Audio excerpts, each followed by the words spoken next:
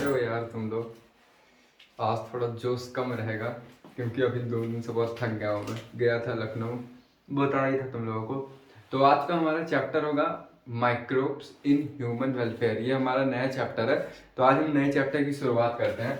आज देखो सिर्फ और सिर्फ मैं माइक्रोब्स का अपने घर में क्या उपयोग है, यानी कि हाउस होल्ड प्रोडक्ट्स में क्या क्या उपयोग है माइक्रोब्स का, वो बस कंप्लीट करूंगा और जनरल इंट्रोडक्शन दूंगा इस चैप्टर का। मतलब कि एनसीईआरटी का पेज नंबर 1 और पेज नंबर 2 पूरा कंप्लीट हो जाएगा आज। तो आज हम पढ़ने वाले हैं माइक्रोब्स इन ह्यूमन वेलफेयर। आखिर माइक्रोब्स का, सुनना मेरी बात ध्यान से सुनना तुम लोग, कि माइक्रोब्स का क्या यूज है अपने ह्यूमन वेलफेयर में, यानी कि मानव कल्याण में। तो एक बात बताना कि ह्यूमन वेलफेयर मतलब क्या होता है। कॉमन सेंस लगाओ मेरे भाई। ह्यूमन वेलफेयर मतलब मानव कल्याण होते हैं। अब माइक्रोब्स क्या होते हैं, जरा ये तुम लोग सोचने की कोशिश करना। आखिर ये माइक्रोब्स होते क्या है, माइक्रोब्स क्या होते हैं, तुम जरा खुद सोचो अपने दिमाग से कि माइक्रोब्स होते क्या। देख भाई, माइक्रोब्स कुछ नहीं होते। माइक्रोब्स सिंपली तुम्हारे जो बैक्टीरिया होते हैं, फंजाई होते हैं, प्रोटोजोअन्स होते हैं, जितने भी तुमको मैंने बताए ह्यूमन डिजीज एंड वेलफेयर में जो जो डिजीज कॉज करते हैं, वही तुम्हारे माइक्रोब्स होते हैं। अगर मैं तुमको साधारण भाषा में बताने की कोशिश करूं कि आखिर ये माइक्रोब्स होते क्या हैं, तो माइक्रोब्स वही होते हैं जिनको तुम अपनी आंखों से ना देख पाओ, यानी कि नेकेड आई से। मतलब कि ऐसे ऑर्गेनिज्म जिनको तुम खुद की आंखों से ना देख पाओ, वो तुम्हारे भैया हो जाते हैं माइक्रोब्स।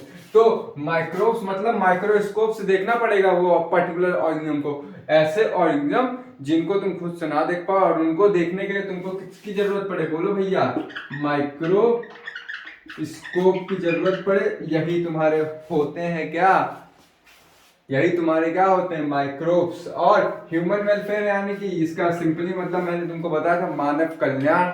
मानव कल्याण कैसे करेंगे, हम यहाँ पे मानव कल्याण की बात कर रहे हैं, ये बात याद रखना।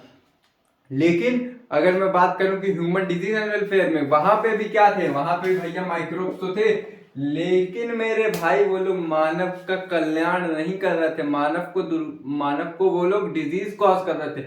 लेकिन यहाँ पे हम ये पढ़ेंगे कि कैसे हमारे माइक्रोब्स जरूरत देते हैं, हमें मदद करते हैं हमारे मानव कल्याण में। इतनी बात समझ में आ गई। तो पिछले चैप्टर में हमने ये पढ़ा कि माइक्रोब्स में क्या क्या आते हैं, प्रोटोजोअन्स आते हैं, फंजाई आते हैं, तुम्हारे वायरॉइड्स ले लो, वायरसेस ले लो। तो आज के चैप्टर में हम यही पढ़ेंगे कि आखिर ये माइक्रोब्स होते क्या हैं और इनके घर में हम क्या यूज करते हैं। तो माइक्रोब्स कौन कौन से होते हैं, मैंने अभी क्या क्या बताया। पहला तुम्हारे वायरसेस होते हैं, दूसरा तुम्हारे बैक्टीरिया होते हैं, तीसरा तुम्हारे हो जाएंगे प्रोटोजोअन्स हो जाते हैं, और तुम्हारा चौथा क्या होंगे भैया, जरा बताना, वायरॉइड्स हो जाएंगे। वायरॉइड्स क्या होते हैं, देखो वायरस से छोटे होते हैं उन्हीं को क्या कहते हैं, वायरॉइड्स। इतना ही जानो, इससे ज्यादा जानने लायक कुछ है भी नहीं। और तुम्हारे क्या क्या हो सकते हैं, जरा सोचो, डिजीज कौन कौन कॉज करते हैं, तुम्हारे फंजाई भी हो गए। ये सब भैया तुम्हारे होते हैं माइक्रोब्स, अर्थात कि ऐसे ऑर्गेनिज्म जो हमको आंखों से इतनी ना दिखे, नंगी आंखों से। इसका मतलब हमें माइक्रोस्कोप लगाना पड़ जाएगा। अब एनसीईआरटी बोलती है कि हमारे, एनसीईआरटी नहीं बोलती, हम बोलते हैं ऐसा, एनसीईआरटी पढ़ के समझ में आए। तो एनसीईआरटी में ऐसा लिखा है कि कुछ ऐसे बैक्टीरिया हैं, मैंने तुमको याद करो ऑर्गेनिज्म एंड पॉपुलेशन में बताया था कि ऐसे कुछ बैक्टीरिया हैं जो कि थर्मोफिलिक वेंट्स में पाए जाते हैं, थर्मोफिलस वेंट में।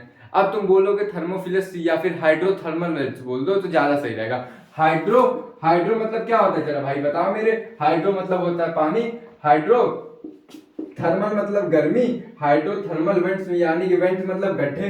तो ऐसा गड्ढा, पानी तुम देखोगे ना, पानी के अंदर जब जाओगे ना, कुछ ऐसी जगह रहती है जहां पे गड्ढे रहते हैं। उस गड्ढे में जो पानी रहता है ना, वहां का टेम्परेचर लगभग 100 डिग्री या फिर 100 से ज्यादा भी हो सकता है। ये इक्वल मतलब 100 भी हो सकता है और 100 से ज्यादा भी। तो ऐसे गड्ढे पानी के अंदर जहां पे बैक्टीरिया रहते हैं, यहाँ पे बैक्टीरिया ही रह पाते हैं, क्योंकि बैक्टीरिया का यहाँ पे जो मेटाबॉलिक रिएक्शन है या फिर बोल दो एंजाइम जो वर्क करता है वो प्रॉपरली कर पाता है। देख भाई, हर एंजाइम वर्क करने का तरीका जो होता है ना वो उसके टेम्परेचर पे डिपेंड करता है। मतलब क्या है, मतलब कि तुम्हारे अंदर जो मेटाबॉलिक एक्टिविटीज चल रही है, जो भी एंजाइम प्रॉपर वर्क कर रहे हैं उनके लिए 37 डिग्री सेल्सियस का टेम्परेचर चाहिए। अगर उससे ज्यादा हुआ, उससे कम हुआ, हमारे अंदर की जितनी भी एंजाइमेटिक एक्टिविटीज है वो सब प्रॉपर नहीं चलेगी, अल्टीमेटली हम लोग सर्वाइव नहीं कर पाएंगे। लेकिन भैया ये जो बैक्टीरिया होते हैं इनके पास जो होती है इनकी मेटाबॉलिक रिएक्शन या फिर बोल दो एंजाइम कितने टेम्परेचर पे प्रॉपर वर्क करती है, 100 डिग्री पे।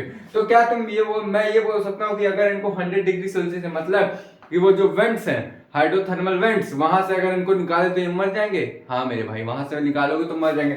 अब मैं एक बात मुझको यहाँ पे क्लियर करो कि बैक्टीरिया तो भैया कौन बहुत होते हैं। बैक्टीरिया तुमने क्लास 11 में पढ़ा होगा कि दो तरीके के होते हैं। एक भैया तुम्हारा यूकैरियोटिक होता है, एक तुम्हारा आर्की बैक्टीरिया होता है। आर्की यू बैक्टीरिया, एक आर्की बैक्टीरिया। यू मतलब सच्चा बैक्टीरिया, आर्की मतलब प्रिमिटिव टाइप का बैक्टीरिया। तो भैया जो तुम्हारा आर्की बैक्टीरिया होते हैं ना, यही तुम्हारे थर्मोफिलस वेंट में पाए जाते हैं, यानी कि हाइड्रोथर्मल वेंट्स में पाए जाते हैं। अब इसमें एक एग्जांपल तुम याद कर लो, अगर याद कर सकते हो तो। इसका एग्जांपल है हाइड्रोफिलिक बैक्टीरिया। ये तुम्हारा इसका प्यारा सा एग्जांपल, एक एग्जांपल याद कर लो। ऐसे एनसीईआरटी में दिया नहीं है तो तुमको याद करने की जरूरत भी नहीं है, बस इतना तुम जानो। कुछ ऐसे बैक्टीरिया रहते हैं, अगर और डीप में पूछेगा तो ज्यादा वो ये पूछेगा कि कौन से बैक्टीरिया होते हैं, आर्की या यू बैक्टीरिया। अब इसमें पूछे तो तुम सीधे बोल देना हाइड्रोफिलिक बैक्टीरिया। ऐसे बैक्टीरिया जो हाइड्रो मतलब पानी में रहते हैं, वही तुम्हारे कहाँ पाए जाते हैं, हाइड्रोथर्मल वेंट्स में। इतनी बात समझ में आ गई। अब हम ये जानते हैं, हमने पिछले चैप्टर में क्या पढ़ा कि भैया हमारे जो माइक्रोब्स होते हैं ये भैया हमको डिजीज कॉज करते हैं, यानी डिजीज कॉज होते हैं। और यहाँ पे हम क्या पढ़ेंगे, यहाँ पे भैया हम पढ़ेंगे कि ये हमारा मानव कल्याण में कैसे मदद करते हैं। यहाँ पे बस हम ये पढ़ेंगे, मतलब कि यहाँ पे डिजीज वाला नहीं पढ़ेंगे। और कौन कौन से डिजीज कॉज करती है हम माइक्रोब्स, जरा बताना तो। टाइफाइड हो गया, मलेरिया हो गया, चिकनगुनिया हो गया, कौनो बोल दो, पोलियो हो गया, ये सब भैया पैथोजन से होते हैं, यानी कि माइक्रोब से होते हैं। अब हम मानव कल्याण के बारे में पढ़ने वाले हैं, यानी कि ह्यूमन वेलफेयर के बारे में। तो भैया हम यहाँ पे ये समझेंगे कि माइक्रोब जो अच्छे होते हैं, यहाँ पे तुम बोल सकते हो एक तरीके से ये गुड माइक्रोब्स होते हैं, और एक तरीके से ये तुम क्या बोल सकते हो, ये बैड माइक्रोब्स होते हैं, जो कि हमको इम्पैक्ट कर देते हैं, यानी कि हमारे अंदर डिजीज कॉज करवा देते हैं। इतनी बात समझ में आई। अब हम अपने टॉपिक पे आते हैं, मेन टॉपिक। ये तो तुम्हारा था भाई जनरल इंट्रोडक्शन, यहाँ से कोई भी क्वेश्चन नहीं आने वाला। ये जो टॉपिक था इधर वाला 100 डिग्री सेल्सियस वाला, यहाँ से एक क्वेश्चन आ सकता है कि क्यों आएगा बोर्ड में, इसलिए बोल रहा हूँ क्योंकि इसका वेटेज देखो ना तुम्हारा, ये जो तुमने ऑर्गेनिज्म पॉपुलेशन पढ़ा था वहां पे भी इसका जिक्र हुआ और यहाँ पे भी हो रहा है। तो भैया ये इंपॉर्टेंट टॉपिक है, जिस टॉपिक का जिक्र 2 चैप्टर में हो जाए वो टॉपिक तुम्हारा इंपॉर्टेंट है, ये ट्रिक है। अब एक चीज बताना जरा, मैं यहाँ पे हेडिंग दे देता हूं। क्या हेडिंग है हमारा, microbes in house hold product, यानी कि हमारे जो माइक्रोब्स होते हैं भैया हाउस होल्ड प्रोडक्ट में कैसे मदद करते हैं। तो देखो भैया, तुम नोटिस किए होगे कि हमारे घर में क्या क्या माइक्रोब्स की मदद से बनते हैं। तो तुमको अभी पता है, तुम वो चीज जानते हो, लेकिन तुमको पता नहीं होगा कि वो चीज माइक्रोब से ही होते हैं। तुमको वो सब पता होगा, तुम देखे भी होगे, तुम डेली लाइफ में यूज भी करते होगे, लेकिन तुमको पता ही नहीं होगा कि ये चीज तुम्हारा माइक्रोब से बनता है, क्योंकि तुम इस बारे में अनअवेयर हो। तभी एनसीईआरटी ने चैप्टर दिया मेरे भाई कि तुम जानो कि ये चीज जो होती है माइक्रोब्स की मदद से होती है। अगर माइक्रोब्स नहीं होते तो भैया वो भी नहीं होता, वो नहीं होता तो तुम्हारा अल्टीमेटली इकोसिस्टम डिसबैलेंस हो जाता। तो भाई ये तुम्हारा कौन कौन से होते हैं जरा ये जानना। पहला तो तुम्हारा भैया होता है दही, दही को हम क्या बोलते हैं, कर्ड बोलते हैं। दूसरा क्या होता है, दूसरा एनसीईआरटी में दिया है टोडी। टोडी देखो क्या होता है ना, अभी सुनते जा फिर डिटेल में बताऊंगा। टोडी एक तरीके का तुम समझ लो ना कि ये एक नशे वाला पदार्थ है, ये तुम्हारा पेड़ से निकाला जाता है, पाम ट्री से निकाला जाता है। इतनी बात समझ में आई। और तुम्हारा क्या है, और तुम्हारा चीज हुआ। अरे मेरे भाई दूध से बनता है चीज, उसमें भी माइक्रो ऑर्गेनिज्म यूज होते हैं, तभी वो दूध से किसमें बनता है, चीज में कन्वर्ट होता है। और तुम्हारे क्या हुए जरा और जानना, एक तो तुम्हारा कर्ड हो गया, एक तुम्हारा टोडी हो गया, एक तुम्हारा चीज हो गया। चीज में देखो 2 आएगा, ठीक है, और एक तुम्हारा 2 हो गया, यहाँ पे 2 हो गया। ये चारों तुम्हारे एनसीईआरटी में भैया दिए हैं और ये चारों में पढ़ना है डिटेल में। तो सबसे पहले हम कर्ड के बारे में पढ़ते हैं। तो कर्ड आखिर होता क्या है?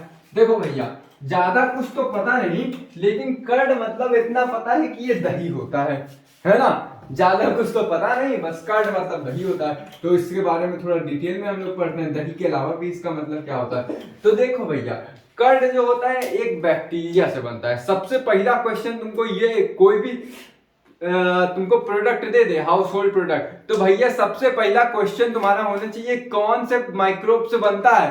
तो भैया ये कौन से माइक्रोब से बनता है, जरा मेरे को बताना मेरे भाई। अभी मैंने तुमको जस्ट बताया, ये भैया बैक्टीरिया से बनता है, ठीक है। अब सवाल बनता है कौन से बैक्टीरिया से बनता है। तो एक तो बैक्टीरिया होते हैं LAB, इसका फुल फॉर्म क्या है? लैक्टिक एसिड, और यहाँ पे बी फॉर बॉल, नहीं भैया बैक्टीरिया। और इसमें कौन से होते हैं? इसके भी अंदर लैक्टिक एसिड बैक्टीरिया, यानी कि ऐसे बैक्टीरिया जो लैक्टिक एसिड बनाते हैं। अब भैया ये तो तुमको उसकी प्रॉपर्टी बता दी, मतलब कि जैसे कि कोई मेरा नाम लिया तो मैं बोल दूंगा कि मैं बायोलॉजी पढ़ाता हूँ, लेकिन ये तो भैया उसकी डिफिनेशन हो गई, समझ रहे हो ना? मतलब कि कोई मेरा नाम पूछा, मैंने बोला अभिनव, अब तुम मेरा नाम बताने की जगह ये बता दोगे कि मैं बायोलॉजी पढ़ाता हूँ, समझे? तो ये तो तुमने मेरा नाम नहीं बताया, मेरी प्रॉपर्टीज बताई। तो भैया इसका नाम भी जान लो। तो कौन सी बैक्टीरिया आखिर है जो लैक्टिक एसिड बनाती है? तो उसका नाम है लैक्टोबैसिलस। बैसिलस मतलब रॉड शेप की बैक्टीरिया एक जो होती है, रॉड शेप की बैक्टीरिया 4 प्रकार की होती है, तुमने पढ़ा होगा। रॉड शेप होती है, कोकस शेप होती है, ये सब होती हैं। तो ऐसी बैक्टीरिया जो रॉड शेप की होती हैं और क्या बनाती हैं? Lactic acid. समझ में? लैक्टो मतलब लैक्टिक एसिड, और बैक्टीरिया का एक टाइप है बैसिलस। बैसिलस मतलब रॉड शेप। समझ में आया इतनी बात? तो पहला क्वेश्चन तो तुम्हारा यहीं से बन जाए कि कर्ड किससे बनता है? ये एक तरीके से के बैक्टीरिया से बनता है। और कौन सा बैक्टीरिया रहता है? लैक्टोबैसिलस, अर्थात कि लैक्टिक एसिड प्रोड्यूस करने वाला बैक्टीरिया। अब जरा हम फॉर्मेशन देखने कैसे होता है। मान लो ये तुम्हारा, इसको मैं इरेज कर देता हूं, इतनी बात समझ में आ गई। ये मान लो तुम्हारा दूध है, ठीक है, ये तुम्हारा दूध है, ठीक है। अब इस दूध में हम क्या करेंगे? लैक्टिक एसिड डालेंगे। लैक्टिक एसिड डालेंगे, पगला गए हो क्या बे? इस दूध में हम डालेंगे लैक्टोबैसिलस। लैक्टोबैसिलस। अब भैया हम किस फॉर्म में इसमें डालेंगे? हम ना भैया क्या करेंगे कि एक दही का छोटा सा टुकड़ा ले लेंगे। क्या क्या मैंने बोला? एक दही का छोटा सा टुकड़ा ले लेंगे और उसको क्या कहते हैं? इनोकुलम। दही का छोटे से टुकड़े को, यानी कि स्मॉल अमाउंट ऑफ कर्ड, सुनना definition, small amount of curd in which high amount of lactobacillus are present. मतलब हिंदी में सुन मेरे भाई, कि ऐसा दही का टुकड़ा छोटा सा, छोटे मात्रा में, कम मात्रा में, जिसमें भैया लैक्टोबैसिलस वाले बैक्टीरिया ज्यादा हो, तो उसको क्या बोलेंगे? इनोकुलम। इनोकुलम। इनोकुलम क्या होता है? यहां पे मैं लिख दे रहा हूं, स्मॉल अमाउंट ऑफ कर्ड। अब देखो भैया, यहाँ पे हम सीखने आ रहे हैं कि हमारा दूध से दही कैसे बनता है, समझ में आए? तो भैया हम लैक्टोबैसिलस डालेंगे। किस फॉर्म में डालेंगे? दही के फॉर्म में। दही कौन सा रहेगा भैया? दही को हम क्या बोलेंगे? स्मॉल अमाउंट को इनोकुलम। इनोकुलम किसमें रिच होता है? इनोकुलम तुम्हारा बैक्टीरिया में रिच होता है, यानी कि लैक्टोबैसिलस में रिच होता है, उसमें ज्यादा लैक्टोबैसिलस रहता है, तभी तो इतने ज्यादा दूध को कन्वर्ट करेगा दही में। तो भैया ये तुम्हारा हुआ मिल्क, यहाँ पे मैं मार्कर से लिख दे रहा हूं फील देने के लिए, मिल्क। अब भैया इसमें हमने लैक्टोबैसिलस डाला, किस फॉर्म में डाला? मतलब कि लैक्टोबैसिलस कैसे डाला? क्या हमने बैक्टीरिया डाल दी? नहीं भैया, हमने डाला है दही, छोटा सा अमाउंट। इसको क्या बोलते हैं? इनोकुलम। याद रखना, ये क्वेश्चन पूछ सकता है, एनसीईआरटी में दिया, इंपॉर्टेंट है। तब भैया जैसे ही दही दूध में डालेंगे, तो दूध में भैया 2 चीज होते हैं। क्या क्या चीज होते हैं? तुमने सुना होगा कि मॉलिक्यूल में, बायोमॉलिक्यूल्स में तुमने ये पढ़ा होगा कि दूध में लैक्टोज नाम की एक शुगर पाई जाती है। वो क्या होता है? कार्बोहाइड्रेट होता है। तो भैया यहाँ पे तुम्हारे कार्ब्स पाए जाते हैं, ठीक है, या फिर तुम शुगर बोल दो सिंपली। और कौन सा शुगर पाया जाता है भैया, जरा बताना मुझको। लैक्टोज शुगर पाया जाता है। ओज मतलब ही शुगर होता है, तो शुगर नाम लिखो तब भी चल जाएगा। और भैया इसमें कैसीन नाम की एक प्रोटीन पाई जाती है, समझ रहे हो? कैसीन नाम की। अब ये कैसीन क्या होता है? कैसीन भैया अभी मैंने बताया तुम लोगों को प्रोटीन होती है। तो क्या होता है ना, देखो भाई, कोई भी अगर तुम प्रोडक्ट बना रहे हो तो उस प्रोडक्ट में क्या क्या चीज पाई जाएगी जो कि वो प्रोडक्ट कहलाएगी। मतलब इसका मतलब समझना जो मैंने बोला। जैसे कि तुमने अभी पिज्जा खाया, मैं आज पिज्जा खा के आया था, पिज्जा का एग्जांपल दूंगा। पिज्जा खाया तो पिज्जा में तुम इतना चीज जान रहे हो कि पिज्जा में हमको चीज मिलेगा, मोज़रेला चीज, टमाटो मिलेगा यानी कि स्टफिंग मिलेगी, और हमें बेस मिलेगा मैदा का। तो वही चीज हमको क्या बोलेंगे, मैदा मतलब पिज्जा बोलेंगे। लेकिन अगर तुमको मैंने रोटी दे दिया, रोटी पे सॉस लगा दिया और चीज लगा दिया, तो क्या तुम उस चीज को पिज्जा बोलोगे? नहीं। तो पिज्जा के लिए हमें क्या क्या चीज सेटिस्फैक्शन चाहिए? हमें बेस चाहिए उसका मैदे का, और स्टफिंग चाहिए, और साथ में मोज़रेला चीज चाहिए। तो भैया दही को बनाने के लिए यानी कि कर्ड को बनाने के लिए ना हमें तीन चीज की जरूरत होती है। कर्ड में मैक्सिमम तीन चीज पाई जाती है। क्या क्या चीज पाई जाती है ये देखना, फिर इसके बाद ये टॉपिक तुमको फील आएगा। कर्ड को बनाने के लिए हमको तीन चीज चाहिए। देखो भैया, कर्ड क्या होता है? कोगुलेट होता है। कोगुलेशन मतलब क्या होता है, जरा ये भी सुन लेना। कोगुलेशन, देखो भैया, जो तुम्हारा खून होता है ना, तुमने सुना होगा जिसके अंदर विटामिन के की कमी होती है तो खून भैया जम जाता है, यानी कि कोगुलेट कर जाता है। तो दही, जैसे ही तुम्हारा दूध दही में कन्वर्ट हुआ तो दूध तुम्हारा क्या हो जाएगा? कोगुलेट हो जाएगा। यानी कि तुम्हारा, अभी मैं सही से तुमको क्या बताऊं, कोगुलेशन मतलब कि जैसे गांठ पड़ जाते हैं ना, खून जैसे जम जाता है, उसी को कोगुलेशन बोलते हैं। तो दही को बनने के लिए, जब दही बनेगा तो उसमें कोगुलेशन पक्का होगा तभी दही बनेगा। और क्या तुम्हारा कंडीशन रहनी चाहिए दही को बनाने के लिए? और साथ में भैया इसमें लैक्टिक एसिड होना चाहिए। यानी कि दही जब बनेगा तो उसमें लैक्टिक एसिड भी प्रेजेंट रहेगा, और साथ में वो क्या रहेगा? कोगुलेट रहेगा, यानी कि गुत्थे गुत्थे बोल दो, गुत्थे पड़े रहेंगे। और साथ में इसमें क्या रहना चाहिए? विटामिन B12 रहना चाहिए। ये तीन कंडीशन चाहिए दही के लिए। अगर दही बोला तो उसमें तीन चीज रहना चाहिए। वो उसमें गांठ पड़ी रहनी चाहिए यानी कोगुलेट हुआ रहना चाहिए, और साथ में लैक्टिक एसिड रहना चाहिए, और क्या रहना चाहिए? Vitamin B12। इतनी बात समझ में आई? अब जरा देखना, तो जैसे ही हमने इनकोगुलम डाला तो भैया तुम्हारा जो दूध है उसमें क्या चीज प्रेजेंट रहेगा? शुगर और कैसीन नाम की प्रोटीन रहेगी। और जो कैसीन तुम्हारा भैया रहता है ना, कैसीन कन्वर्ट हो जाता है किसमें? कोगुलेशन में। यानी कि जो तुम्हारा कैसीन प्रोटीन रहता है यही तुम्हारा जम जाता है, और तुम्हारा जो लैक्टोज रहता है वो जैसे ही तुम्हारा एसिड में कन्वर्ट होगा तो किसमें कन्वर्ट, कौन सा एसिड में कन्वर्ट होगा? Lactic acid. और जब तुम्हारा लैक्टिक एसिड में कन्वर्ट हो जाएगा तो भैया इसमें क्या आ जाएगा? Vitamin B12। मतलब कि दूध में तुम्हारा विटामिन B12 नहीं रहेगा, लेकिन जैसे ही तुमने लैक्टोबैसिलस डाला, बैक्टीरिया डाला दूध को दही में बनाने वाला, तो जैसे ही वो प्रोडक्ट तुम्हें बनेगा उसमें ऑटोमेटिकली तुम्हारा B12 आ जाएगा। और तीन कंडीशन हमको मिल गई, और अल्टीमेटली हमको प्रोडक्ट में क्या मिल जाएगा? कर्ड मिल जाएगा। इतनी बात समझ में आ गई? तो यहाँ पे हमने दूध से दही कैसे बनाया समझ में आया कि हमने पहले इनकोगुलम डाला इसमें, फिर क्या हुआ, हमारा दूध में कैसीन नाम की एक प्रोटीन रहती है, और तुम्हारा सिंपली लैक्टोज रहते हैं, जो कि शुगर रहता है वो कन्वर्ट हो जाता है लैक्टिक एसिड में, और ये तुम्हारा कैसीन जो होता है कोगुलेट हो जाता है। लेकिन तुम्हारा एनसीईआरटी में क्या दिया है ये भी सुन लेना। एनसीईआरटी में ज्यादा कुछ नहीं दिया है, बस उसमें बोला है कि तुम्हारा लैक्टोज जो है लैक्टिक एसिड में कन्वर्ट हो जाता है, और अल्टीमेटली तुम्हें दूध मिल जाता है। क्योंकि एनसीईआरटी ने सिंपली बोला कि दूध तुम्हारा जो होता है कोगुलेट हो जाता है। क्यों कोगुलेट होता है? क्योंकि जो लैक्टिक एसिड होता है यानी कि जो लैक्टोज होता है वो किसमें कन्वर्ट हो जाता है? लैक्टिक एसिड में। इसी कारण तुम्हारा दूध जो है कोगुलेट कर जाता है। ये भी तुम बोल सकते हो एक पॉइंट ऑफ व्यू से, अगर एनसीईआरटी को लेके चलो। लेकिन अगर तुम ये कैसीन को कोगुलेट करोगे और इसको, तो थोड़ा मतलब एग्जामिनर ज्यादा अट्रैक्टिव होगा, ये बात है।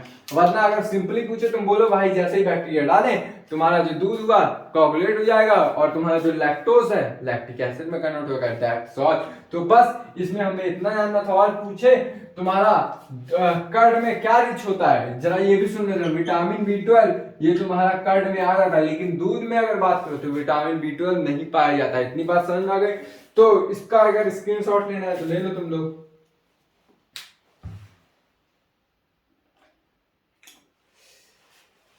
ले लिए। अब हम पढ़ेंगे डो के बारे में, आखिर ये डो क्या होता है। अच्छा, कौन कौन पिज्जा हट में गया है या फिर डोमिनोज में या फिर कोई भी बेकरी शॉप में?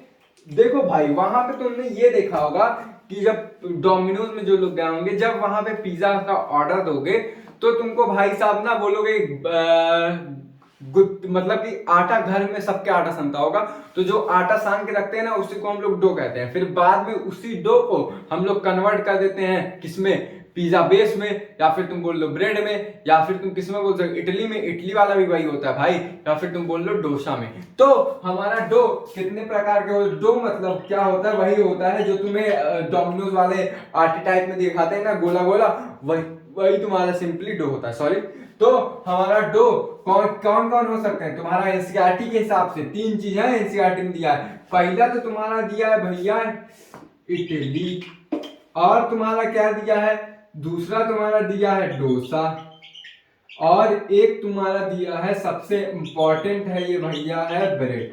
इतनी बात समझ आ गई।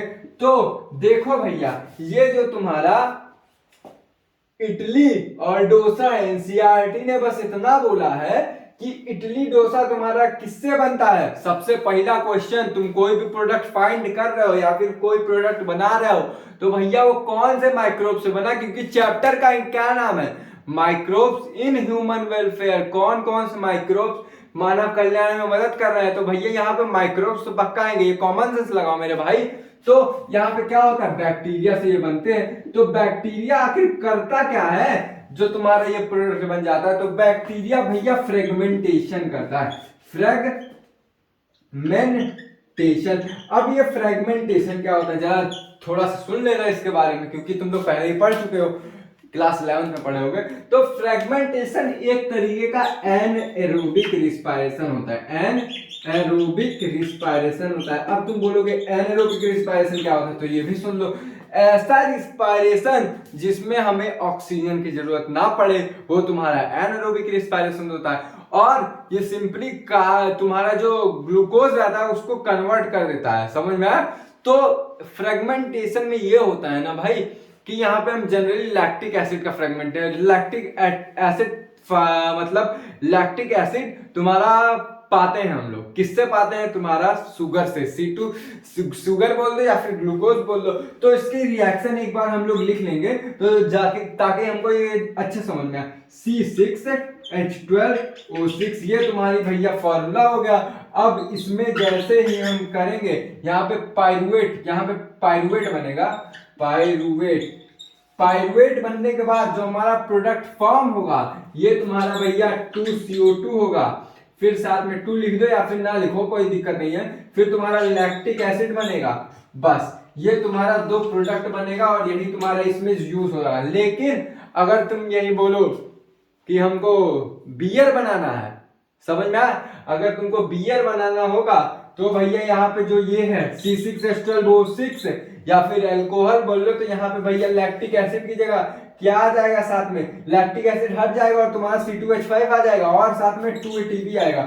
2 ATP हर जगह रहेगा, समझ में आए। तो भैया यहाँ पे इडली और डोसा में तुमने नोटिस किया होगा, ये तुम्हारा मान लो मैं डोसा इडली बना रहा हूँ तो यहाँ पे छोटे छोटे छेद रहते हैं। ये छेदवा कहाँ आते हैं, ये छेदवा भैया वहां से क्या होता है, CO2 रिलीज होता है। CO2 भैया गैस में है ना, तो गैस तो रिलीज होबे करेगा। तो गैस तुम्हारे बैक्टीरिया जो रहता है उसके अंदर फ्रेगमेंटेशन होता है, फ्रेगमेंटेशन से क्या बनता है, CO2 बनता है, और CO2 क्या करेगा, रिलीज करेगा। क्यों रिलीज करेगा, क्योंकि वो गैस फॉर्म में रहेगा। और जैसे ही गैस फॉर्म में रहेगा तो भैया क्या करेगा, वो वहां पे पोर्स बना के निकल लेगा और अल्टीमेटली तुम्हारी जो इडली है या फिर डोसा है वो क्या करेगा, फूल जाएगा। समझे मेरे भैया। अब हम आते हैं ब्रेड वाले टॉपिक में। देख भाई, ये ब्रेड कैसे बनता है, ब्रेड भी भैया तुम्हारा फ्रेगमेंटेशन से ही बनता है, समझे। ये भी तुम्हारा फ्रेगमेंटेशन से बनेगा, लेकिन इसमें तुम्हारे जो माइक्रोब्स होते हैं वो चेंज होते हैं। इसमें तुम्हारे माइक्रोब्स बैक्टीरिया रहेंगे, नाम नहीं दिया है कौन से बैक्टीरिया, बस बोला है बैक्टीरिया एनसीईआरटी, तो बैक्टीरिया जानो, जिसको ज्यादा चूल है नेट पे सर्च मारो। तो तुम्हारा जो बैक्टीरिया है ये भैया तुम्हारा जो ब्रेड है, सॉरी जो ब्रेड तुम्हारा ये किससे बनता है, ये तुम्हारा ईस्ट से बनता है। अब इसका जो नाम है थोड़ा कठिन है, मतलब कि कौन से ईस्ट से बनता है ये तुम्हारा जो ब्रेड होता है, जरा ये जान लो, एनसीईआरटी में दिया है कि ये तुम्हारा भैया बेकर ईस्ट से बनता है ना, नाम बहुत टफ है ना भैया, ब्रेकर ईस्ट से बनता है। अब उस ब्रेकर ईस्ट का ये तो कॉमन नेम हो गया, अब उसका भैया आखिर में साइंटिफिक नेम क्या है जरा ये भी बता दो। तो साइंटिफिक नेम है सैक्रोमाइसिन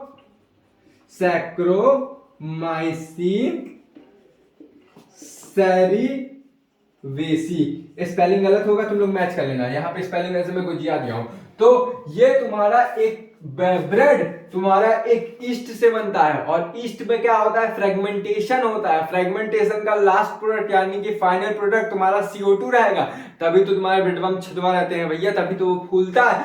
और वो जो ईस्ट है उसका नाम कॉमनली क्या बोला जाता है, बेकर ईस्ट बोला जाता है। और उस बेकर ईस्ट का बायोलॉजिकल नेम क्या है, अगर कोई पूछे तो बोलना सैक्रोमाइसिन सेरिवेसी। 10 बार रिपीट करें मेरे भाई, सैक्रोमाइसिन सेरिवेसी, सैक्रोमाइसिन सेरिवेसी। क्या बनाते हैं, बैक्टीरिया नहीं है भैया, ब्रेड बनाते हैं। और क्या है ये, ईस्ट है, ईस्ट यानी कि फंजाई है, समझ में आया इतना। तो इसमें दो वाले में बस इतना ही था कि ये याद रखना, इडली जो होता है और तुम्हारा डोसा ये तुम्हारी बैक्टीरिया बनाती है, किसके द्वारा, फ्रेगमेंटेशन के द्वारा। और तुम्हारी जो ब्रेड रहती है ये भी, ये कौन बनाता है, ईस्ट बनाता है। कौन सा ईस्ट बनाता है, सैक्रोमाइसिन सेरिवेसी। और ये भी किससे बनती है, फ्रेगमेंटेशन प्रोसेस से। फ्रेगमेंटेशन क्या है, एक तरीके का एनारोबिक रिस्पायरेशन। इतनी बात समझ में आएगा, इसका स्क्रीनशॉट लो खट्टे से।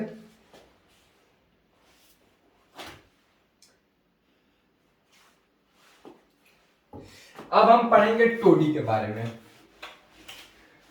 टोडी, आखिर ये टोडी होता क्या है, देखो भैया तुम्हारे जो माइक्रोब्स रहते हैं ना, वो तुम्हारा फूड भी बनाते हैं और ड्रिंक भी बनाते हैं। तो मतलब क्या मैं ये बोल सकता हूं कि जो तुम्हारे माइक्रोब्स होते हैं ये दो तरीके से मदद करते हैं। ये तुम्हारा फूड्स भी बनाने में मदद करेंगे। फूड्स में क्या क्या, ये तुम्हारा फिशेस भी बनाने में मदद कर सकते हैं, ये सोयाबीन भी बनाने में मदद कर सकते हैं, और भी बहुत कुछ है। और तुम्हारा चीज भी तो भैया एक तरीके का खाने वाली चीज है, स्विस चीज भी बनाने में मदद कर सकते हैं माइक्रोब्स। और तुम्हारे जो ये माइक्रोब्स है ये तुम्हारे किस में मदद कर सकते हैं, ये तुम्हारे ड्रिंक में मदद कर सकते हैं। ड्रिंक मतलब पानी नहीं भैया, दारू, समझ में आया। तो जैसे कि मैंने क्या बताया था अभी को कि एनारोबिक रिस्पायरेशन जब होता है, फ्रेगमेंटेशन भी होता है। फ्रेगमेंटेशन तुम्हारा जरूर कोई ना कोई माइक्रो ऑर्गेनिज्म करवाएगा, और जब माइक्रो ऑर्गेनिज्म करवाएगा ग्लूकोज का, तो तुम्हारा फाइनल प्रोडक्ट क्या बनेगा, अल्कोहल बनेगा। अगर तुम उसमें लैक्टिक एसिड चाहोगे तो लैक्टिक एसिड वाला तुम डालोगे क्या, माइक्रोब्स, तो उससे क्या होगा, लैक्टिक एसिड बनेगा। इतनी बात समझ में आई। तो भैया हम माइक्रोब्स से क्या क्या चीज बना सकते हैं, अपना डिजायर्ड फूड बना सकते हैं या फिर डिजायर्ड ड्रिंक बना सकते हैं। तो यहाँ पे हम किसकी बात करने जा रहे हैं, टोडी की बात करने जा रहे हैं। तो टोडी आखिर होता क्या है, टोडी एक तरीके का होता है ड्रिंक होता है, यानी कि एक तरीके का नशीला पदार्थ होता है। तो आखिर ये टोडी होता क्या है जरा हम डिटेल में समझते हैं। ये देखो भैया बहुत पुराने जमाने से हो रहा है, मतलब पुराने जमाने से टोडी हो रहा है। टोडी का मतलब अगर सिंपली तुम लोग गांव से होगे तो समझोगे ताड़ी। ताड़ी क्या होता है ना ये भैया, ये तुम्हारा एक पेड़ से निकाला जाता है, और उस पेड़ में हम लोग क्या करते हैं, कुछ मटकी उटकी लगा देते हैं उसके सैप पे। सैप क्या होता है, एक तरीके का गुच्छा होता है। जैसे कि तुमने खजूर का पेड़ देखा होगा तो उस पे गुच्छे में खजूर लटके रहते हैं, या फिर तुमने ताड़ी का पेड़ देखा होगा, पाम ट्री बोल लो, तो पाम ट्री पे हमने पाम ट्री से ताड़ निकलता है। तो ताड़ जहां से निकलता है ना वहां पे मटकी डाल देते ताकि जो ताड़ है उसमें क्या हो, उसके सैप में क्या हो, फ्रेगमेंटेशन हो। और जब सैप में फ्रेगमेंटेशन होगा तो तुम्हारा क्या निकलेगा भैया, वहीं से तुम्हारा ड्रिंकवा निकलेगा, मटकिया में आ जाएगा, तो वहीं पी के नसाएंगे। समझ में आया भैया। तो तुम्हारा जो टोडी होता है ये क्या होता है, ये एक तरीके का होता है ट्रेडिशनल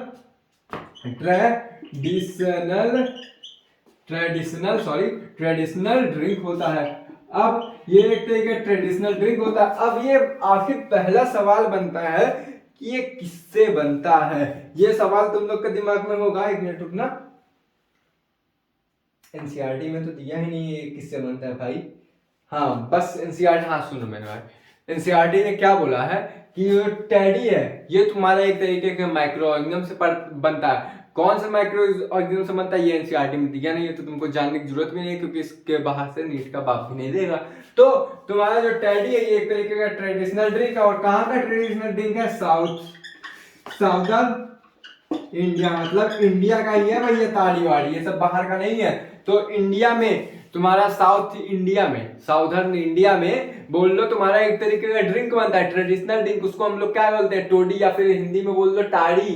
तो इसमें क्या होता है, हम लोग वो जो उसका सैप रहता है, मतलब ये तुम्हारा पेड़ हो गया, ठीक है, ये तुम्हारा पेड़ बना दे दो एक बार, थोड़ा फील देने के लिए बना दे, ये तुम्हारा हो गया पेड़ हो गया, ठीक है, और यहाँ पे गुच्छे रहते हैं ताड़ी के, यानी कि पाम ट्री हो गया, ये तुम्हारा डायग्राम समझता है, ये तुम्हारा पाम ट्री हो गया, और ये तुम्हारे भैया हो गए, ये तुम्हारे हो गए सैप हो गए ताड़ी वाले। पाम ट्री के मतलब फ्रूट्स जो होते हैं उसी को हम लोग सैप बोलते हैं, सैप मतलब होता है गुच्छे। इसी पे हम क्या लगाते हैं ना भैया, इसी पे हम लगा देते हैं मटकी, ठीक है।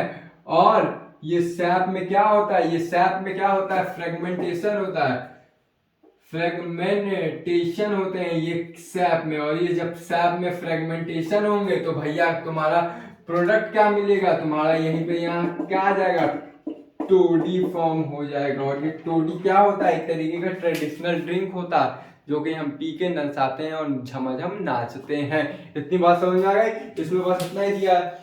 अब हम अपने फाइनल प्रोडक्ट पे आते हैं कि हमारा चीज कैसे बनता है, ये हमारा लास्ट टॉपिक है। इतनी बात समझ में आई। अब हम जानते हैं कि हमारा ये चीज कैसे बनता है। चीज मतलब, अबे चीज तुम लोग नहीं खाए हो एड़े लोग, तो देखो भैया चीज तुम्हारा कैसे बनता है, चीज तो दूध से बनता है, कॉमन सेंस लगाओ। तो चीज भी लेकिन फ्रेगमेंटेशन से बनता है, यानी कि एनारोबिक रिस्पायरेशन से बनता है।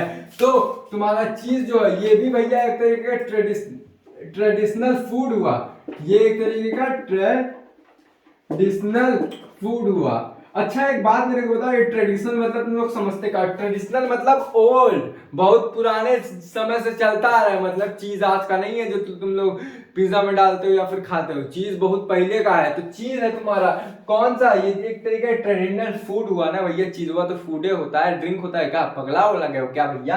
तो तुम्हारा चीज होता है एक तरीके का ट्रेडिशनल फूड होता है, यानी कि ओल्ड फूड होता है। अब सवाल ये बनता है यहां से कि ये बनते कैसे हैं। और देख भाई चीज बहुत प्रकार के होते हैं, एक चीज नहीं होते। तुम्हारे एनसीईआरटी में रोफोर्ट चीज दिया है और स्विस चीज दिया है, और मैं एक एग्जांपल दे रहा हूँ, मोज़रेला चीज तुम डालते हो अपने पिज्जा पे, ये तुम्हारी चीज होता है, ये चीज की वैरायटीज होती है। तो चीज तुम्हारे बहुत तरीके के होते हैं, यानी कि वैरायटीज ऑफ चीज होती है। और चीज किस लिए ज्यादा जाने जाते हैं, मतलब कि चीज को हम कैसे कैटेगराइज कर सकते हैं। तो तीन चीज से हम लोग चीज को कैटेगराइज कर सकते हैं। पहला तो इसका टेक्सचर जो है, फ्लेवर जो है, फ्लेवर भी अलग अलग होते हैं चीज में, और साथ में तुम्हारा टेस्ट जो है, हर चीज का टेस्ट अलग आएगा। तुम लोग आज ही जाके चीज लेके आओ मार्केट से और चेक कर लो, हर चीज का टेस्ट अलग अलग आएगा। ये मैं लिख के दे रहा हूँ। तो इसके टेक्सचर में कैरेक्टराइज हम कर सकते हैं, कोई भी चीज हुआ, या फिर फ्लेवर में, या फिर टेस्ट में। तो हर चीज का टेक्सचर अलग, फ्लेवर अलग, टेस्ट अलग। समझ में आया मेरे भाई। तो तुम्हारे चीज को हम कैसे कैरेक्टराइज कर सकते हैं, तो कैसे, टेक्सचर से, फ्लेवर से और टेस्ट से। ये तुम्हारा पूछ सकता है एग्जाम में। तो इसका ट्रिक कोई बना सकता हूँ क्या मैं, एफटीटी छोड़ भाई, ट्रिक क्या है याद करोगे, याद कर लेना तुम लोग, ठीक है। तो अब चीज सवाल ये बनता है ना कि चीज बनते कैसे। तो देखो भैया तुम्हारे एनसीईआरटी में स्विस चीज दिया है, स्विस चीज। तो स्विस चीज तुम्हारा एक बैक्टीरिया से बनता है। अब बैक्टीरिया से तो बनता है, हमको ये पता चल गया। कौन से बैक्टीरिया से बनता है जरा ये भी जान लो, प्रोपियोनी बैक्टीरियम। देखो नाम से ही क्लियर है, प्रोपियोनी बैक्टीरियम, ये एक तरीके का बैक्टीरिया हुआ। तो बैक्टीरिया से बनेगा। तो तुम्हारा क्या नाम है, प्रोपियोनी बैक्टीरियम, और साथ में सेरेमनी, सेरेमिली, प्रोपियोनी सेरेमिली, सरमी, अबे शर्मा बोल लो भाई याद करने के लिए। प्रोपियोनी बैक्टीरियम शर्मानी सेरेमनी है वैसे, प्रोपियोनी सेरेमनी, ये एक तरीके का बैक्टीरिया होता है और इससे तुम्हारा क्या बनता है, स्विस चीज बनता है। जरा एक मिनट स्पेलिंग देखने दो, सही है भाई, बस इतना ही तुम लोग, सेरेमनी मनी, तो वही मैं बोला था, प्रोपियोनी सेरेमनी नाम की बैक्टीरिया से ये तुम्हारा बनता है। अब भैया तुमने ये नोटिस किया होगा कि स्विस चीज जो होता है, किसने किसने टॉम एंड जेरी देखी है, टॉम एंड जेरी में जो चीज रहता है भैया इससे रहता है, उस चीज में बहुत बड़े बड़े गड्ढे रहते हैं, मतलब कि छेद रहते हैं चार जैसे, और ये छेद काफी लार्ज रहते हैं, और यही छेद जो तुम्हारे होते हैं ना भैया, ये कौन सी चीज के होते हैं, ये तुम्हारे स्विस चीज के होते हैं। मतलब कि जो तुम्हारा स्विस चीज होता है वो टॉम एंड जेरी वाला ही चीज होता है, तो इसमें बड़े बड़े गड्ढे रहते हैं। ये बड़े बड़े गड्ढे क्यों होते हैं, CO2 की वजह से। और यहाँ पे मतलब कि ये जो तुम्हारा बैक्टीरिया है, प्रोपियोनी बैक्टीरियम सेरेमनी, इसमें क्या होते हैं, फ्रेगमेंटेशन होता है, फ्रेगमेंटेशन। और फ्रेगमेंटेशन से तुम्हारा क्या निकलेगा, तुम्हारा भैया बताओ, CO2 निकलेगा प्लस 2 ATP निकलेगा। तो यही जब CO2 यहाँ से रिलीज होगा, ज्यादा अमाउंट में जैसे रिलीज होगा, जितना रिलीज होगा उतने गड्ढे बनेंगे, और उतने जब गड्ढे बनेंगे तो वही तुम्हारा चीज की कैटेगरी आ जाएगी। और कौन सी कैटेगरी आएगी, स्विस चीज। इतनी बात समझ में आ गई। तो एनसीईआरटी में देख लो एक बार क्या लिखा है।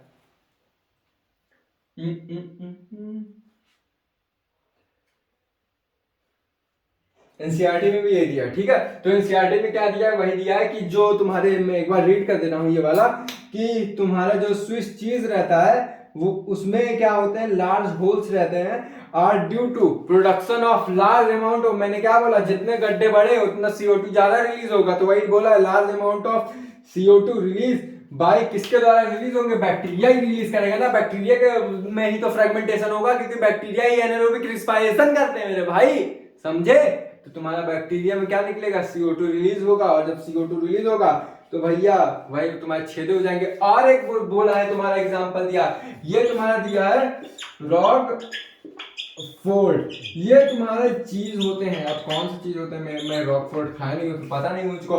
तो रॉक फोर्ड तुम्हारा होता है, ये तुम्हारा बैक्टीरिया से बनता है, तो सॉरी बैक्टीरिया से नहीं, ईस्ट से बनता है। तो आज हमने दो चीज जानी कि दो चीज कौन सी ईस्ट से बनती है, भूलना मत, एक रॉक फोर्ड चीज, और साथ में मैंने क्या बोला बताओ, याद आ रहा है, ब्रेड तुम्हारा ईस्ट से बनता है। कौन से ईस्ट से, सैक्रोमाइसिन सेरेवेसी, ईस्ट मतलब सिंपली फंजाई होते हैं, समझे। तो ये तुम्हारा एक ईस्ट से बनता है, और इस ईस्ट का भी नाम तुम्हारे एनसीईआरटी में नहीं दिया है, लेकिन इस ईस्ट का नाम मैं दे रहा हूं कि पेनिसिलियम रॉक फोर्ड। ये तुम्हारा जो होता है ईस्ट होता है, एक बार स्पेलिंग में चेक कर लूं, हाँ, पेनिसिलियम रॉक फोर्टी, ये तुम्हारा एक तरीके का ईस्ट होता है।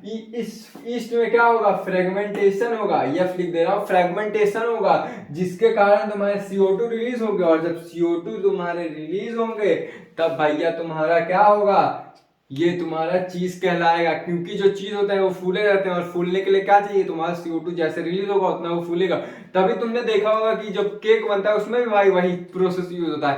केक का जो ब्रेड होता है वो कैसे फूलता है, मैंने क्या बताया था, ईस्ट की मदद से। कौन सा ईस्ट, सैक्रोमाइसिन सेरेवेसी। और एनसीईआरटी में कुछ नहीं दिया है, और बस इसमें यह दे दिया है कि ये जो सैक्रोमाइसिन आर रिप्ट, मतलब कि पकाया जाता है by growing the specific type of fungi. यहाँ पे रिप्ट मतलब पकाना किसी चीज को। अब ये यही बोला है एनसीईआरटी में कि ये जो रॉकफोर्ट चीज है ये कैसे पकते हैं, ये भैया ईस्ट की मदद से पकते हैं। ईस्ट में क्या होता है, फ्रेगमेंटेशन होगा, जब फ्रेगमेंटेशन होगा तो CO2 निकलेगा, और जब CO2 निकलेगा तो इसका जो टेस्ट होगा अलग होगा, क्योंकि हर एक चीज का टेस्ट अलग अलग, टेक्सचर अलग अलग, फ्लेवर अलग अलग, तो भैया सब चीज अलग अलग, तो टेस्ट भी अलग अलग। समझ में आया मेरे भाई।